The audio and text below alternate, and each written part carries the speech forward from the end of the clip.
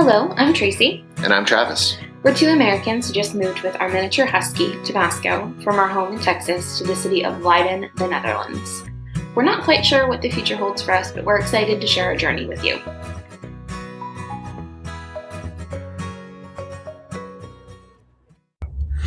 We've made it to Texas, and the first thing we're going to do is buy some groceries. Well, technically, the first thing we did was last night, but we were pretty tired filming it. We went and had dinner with your parents at one of the more famous Tex-Mex chains here. Had a smattering of fajitas and chips and salsa and some margaritas, and it was perfect, but we were pretty beat after a 15 hour travel day. Yeah, by the time we went to sleep, it was about 5 a.m. Dutch time. And so that was about 24 hours after we had gotten up. Yeah. So, we are about to go into the famous grocery store chain here in Texas. H-E-B, which they try and say means here everything's better, but I know it's really named after the owner, Howard Edward Butts. And so H-E-B is like the Albert Heijn. I would say so, yeah. But a lot bigger. A lot bigger. So what are you hoping to get while we're in here today? Fresh made tortillas. Okay. I'm also hoping that we can kind of just see the size of it. Yeah. And I wouldn't mind getting a couple of just American things that I'd like to have. Cool. What about you? There is a beer here that's made in Dallas that is dill pickle flavored, and it is delicious. So I'm hoping to get a little bit of that. I don't know. I'm just kind of gonna walk through and see what strikes my fancy. Okay.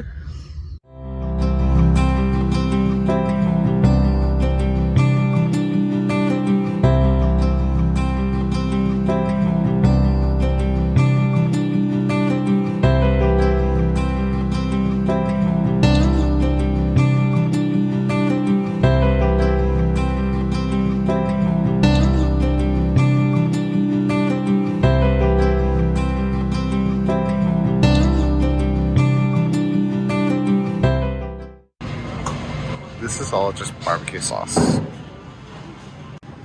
And this is just American ranch dressing. Come this way. Which, what do they call a ranch dressing in the Netherlands? I don't think it doesn't exist. It's cool American chips. Buttermilk, light buttermilk, salsa, 3 cheese, peppercorn. And that's just all the store. That's just the store brand. Ancho chili.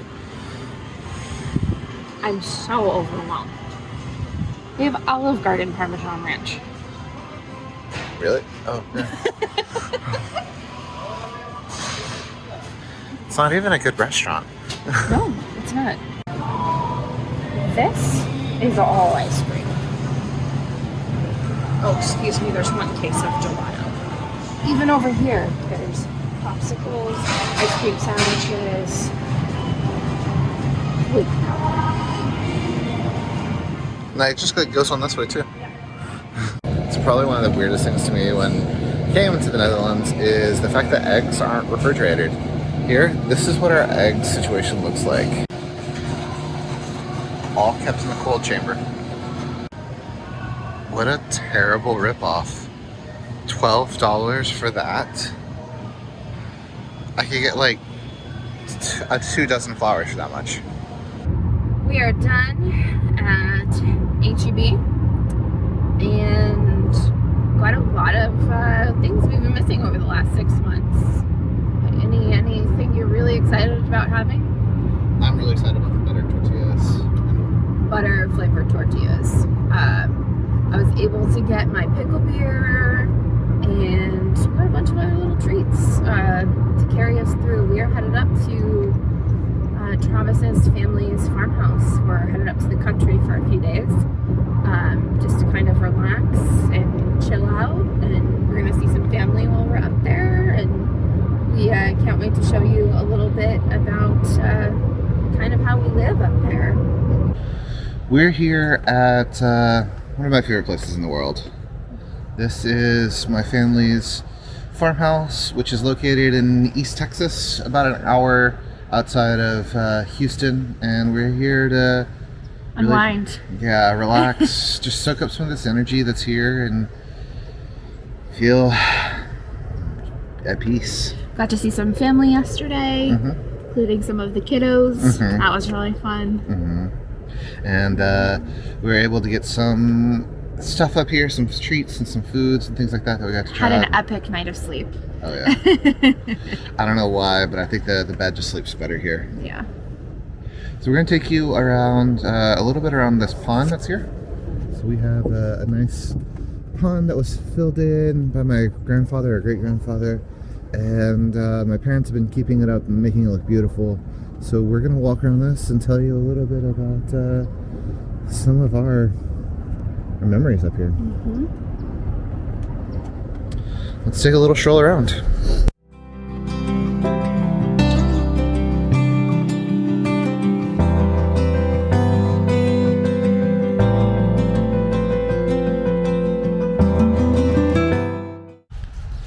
I think the Dutch weather has followed us here because it is very wet and just a little chilly.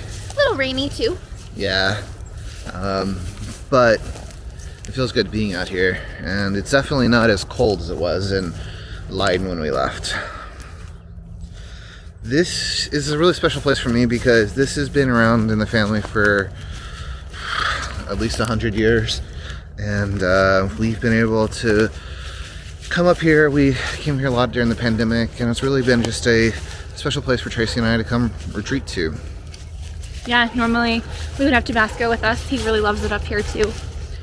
He likes taking walks in the woods and sniffing for deer and all that stuff. He'll run off and smell something, and we'll say he's on the case, and he'll track down whatever he's looking for.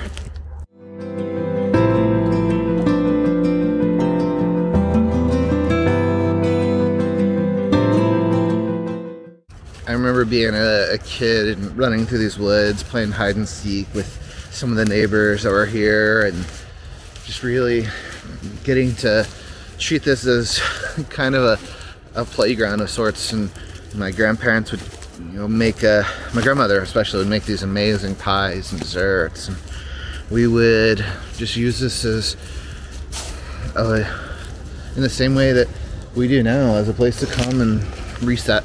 And as is tradition, we will be making a pie today. Yep. We're making a in honor of your grandmother. Yep, but we're making a coconut cream pie, which was my grandfather's favorite. And it's great to be able to think about them and kind of honor their memories while we're up here and enjoy being here. What'd you find? Signs of spring. It's also starting to bloom in the Netherlands. Yeah. We're also getting lots of photos of Tabasco. He's being super good in the Netherlands. We are so grateful for our amazing dog sitter. She's pretty incredible.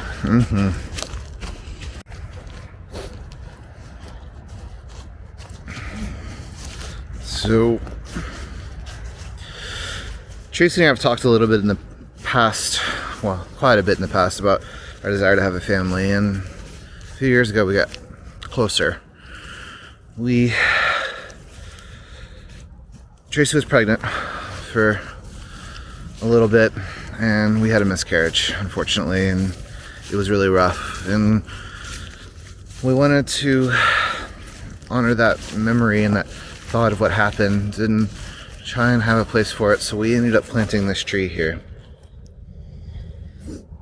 This is a magnolia tree, which is very popular for this area, and it's very special. We got it and planted it here, and it's been able to bloom a couple times over the past few years,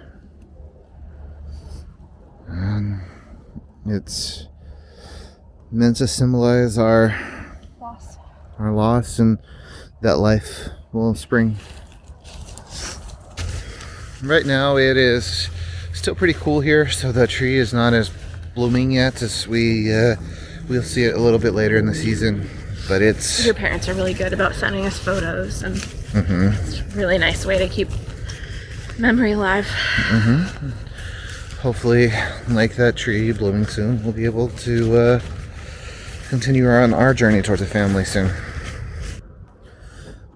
We have two ponds here. This one is, we call it the upper pond, and it actually feeds into this lower pond, and it's all fed from spring water and underground ponds and rivers and stuff like that, streams I should say. And my parents have actually put in some fish here, so we can go fishing if you want. Probably not today, it's a little too wet and rainy to do that, but it's really cool when we're able to see the fish feed and get stuff. Now your family had a place kind of like this, right? Yeah, so I think I've mentioned I was born in Pennsylvania, and my grandparents had a bunch of property outside of Scranton, Pennsylvania, and there was a barn, and this place is very reminiscent of a few memories that I have from my childhood about some trees and some animals. There's no animals up here now, but there used to be, right? Mm-hmm. Yeah. It's just a nice escape from the chaos that is Houston. Or maybe the Netherlands. Yeah.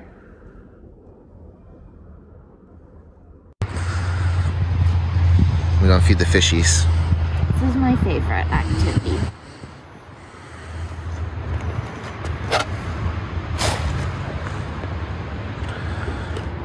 It's good though.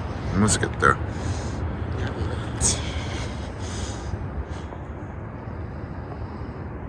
There we go. Oh, yeah.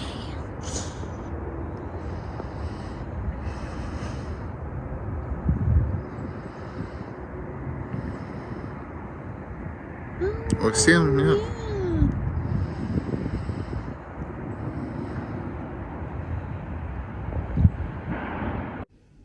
The pie we're making today, well, Tracey's making it, she's doing all the hard work, is one of my grandfather's favorites. It's a coconut cream pie. And when I was a kid, I would always ask for chocolate pie because my grandmother would make pies for us. My grandfather always wanted the coconut cream one. So we're making that, and Tracey's actually done all the hard work already. And that's what it looks like. Now comes the all-important taste test. It's really light. Not bad. It's very coconutty. I mean, that's the idea, yeah. You got a little cold here. Yeah. Like, almost as cold as Leiden is. And we decided to make a fire because we have this amazing fireplace. It's definitely one of the best features of the house up here. Mm-hmm. So we made this great fire, and we want to talk a little bit about some Texas things. Yeah. Yeah. So there's some stereotypes, of course, that people from around the world think of when they think of Texans. And as someone who moved from New York to here, I'm guilty of assuming a lot of them before I moved to Texas. That's fair. Probably the number one is that we all wear cowboy hats and cowboy boots every day and ride horses everywhere. Huh? How many times in my life have you seen me wear a cowboy hat? I've seen pictures of you in a cowboy hat. But you've never actually seen me in a cowboy hat. No. Oh, yeah. And cowboy boots, like I have a pair, but they're really like something you only do during rodeo season, which is actually on right now.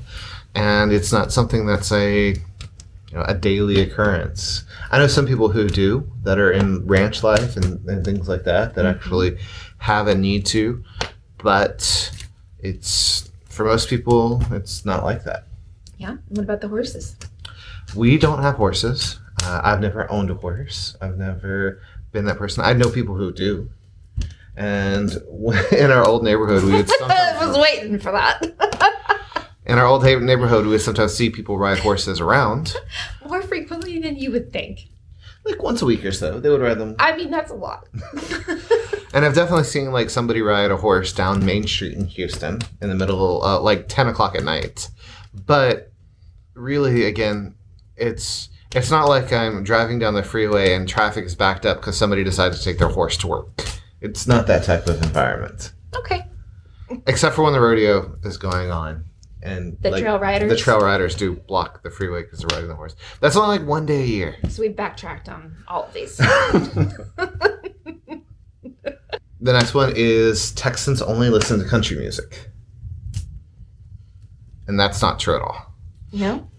No, Texas actually has a huge rock and roll scene. It has a lot of rap music that's come from Texas. There's a lot of different music scenes going on. And you could say that more radio stations are specifically country than any other specific type of radio station. That's true across the entire U.S. Yeah, and arguably, I think when I think of country, I think of like Nashville, like Tennessee, more than I do Texas. And you think about shows like South by Southwest, which has a huge music scene. You think about the Houston music scene. Beyonce. Right. Beyonce, Drake, all of those are people that are from or have ties to Houston. Yeah. This one I think your family is guilty of. And it's that people seem to think that places in Texas are closer to each other than they thought. Yeah, I didn't realize like it was such a huge state. Like I thought you could just like pop over to Dallas. Yeah. It's not really a thing. Dallas, for just example, from Houston, which is where we lived, Dallas is 4 hours, and that's driving the speed limit the whole way. So more than most of the way across the Netherlands to get between two of the major cities in Texas that are relatively close to each other compared to like going out to West Texas. Like if we were to drive from Beaumont, which is pretty much East Texas, the eastern border of it, all the way to El Paso, which is the western border of it, you would be driving for something like 16 hours straight. And no Buc-ee's. It's just really far to go to anything except for maybe Fort Worth or Dallas, because those literally touch. Yeah, and there's not really a great public transport system other than taking a Greyhound bus, which is not the best option. There's been talk for years about them building a high-speed train between Dallas and Houston, and it's supposed to shorten the commute to what? An hour. An hour. But that has not happened yet. It's one of those types of things that we've been hearing about it for over a decade, and I'll believe it when I see it. 2 more. All right, I do 2 more. What you got? The second to last, the penultimate, if you will, is that everybody in Texas loves football. And this one's true. Yeah, I'll give it that one. American football. American football, that is very true. It is not what we would call soccer here. American football is a thing. I was in the band. I didn't play football, but we went to every football game that our team played, and we performed at halftime. Tell the people what instrument you played. I played the trumpets. And I go out on Friday night and do my little marching routine with about 70 other high school kids, and we would perform. Friday Night Lights? Yeah. I remember we had a couple of years that we were good, and we would go to the playoffs and stuff like that. And a couple of years we weren't so good. We were happy to be done. And Tracey and I still try and watch football, American football, whenever it's on Sundays in the Netherlands. Usually it means watching whichever game comes on first of her team, the Bills, which are actually really good, and my team, the Texans, which are not very good. And we watch for those. And usually that's around the same time our video comes out. So we do both of those. The last one is that everybody in Texas is a hardcore Republican conservative. I was waiting for this one. And that's just simply not true. I would disagree a little bit. Not everyone. There's definitely people who are. Oh, absolutely. Absolutely. But the majority of the state typically is more right-leaning. Yes, than say other places. Yes, but the major cities are typically a little more left-leaning. And Houston in particular is pretty liberal. Like for a while, Houston actually had an openly gay lesbian mayor. I didn't particularly care for her, but it was because of her politics. She didn't let the roads. She let the roads go bad, and there's a lot of potholes at the time. But as a person, and for being an openly gay woman with 2 children, that wasn't really an issue. Yeah. So you can always kind of expect the major cities, Dallas, Houston, Austin for sure. Keep Austin weird.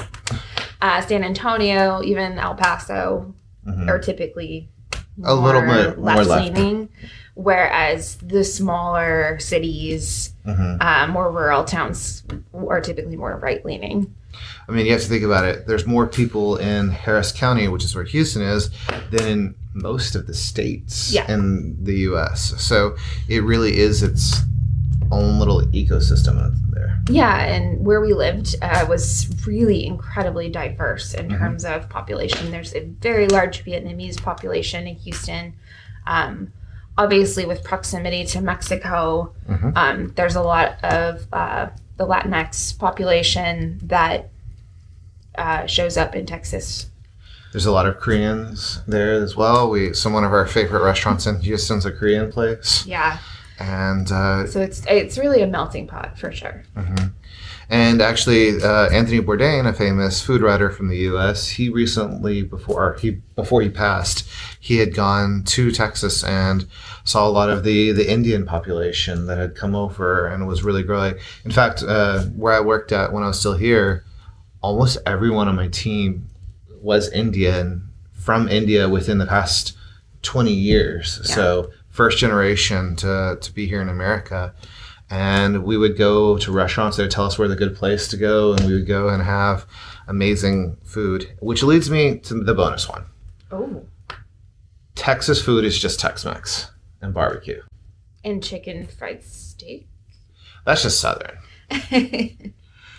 Texas food, especially the cities like Houston, like Austin, like Dallas, have so much good food that you could eat at a different place in Houston every day and not go to the same place in years.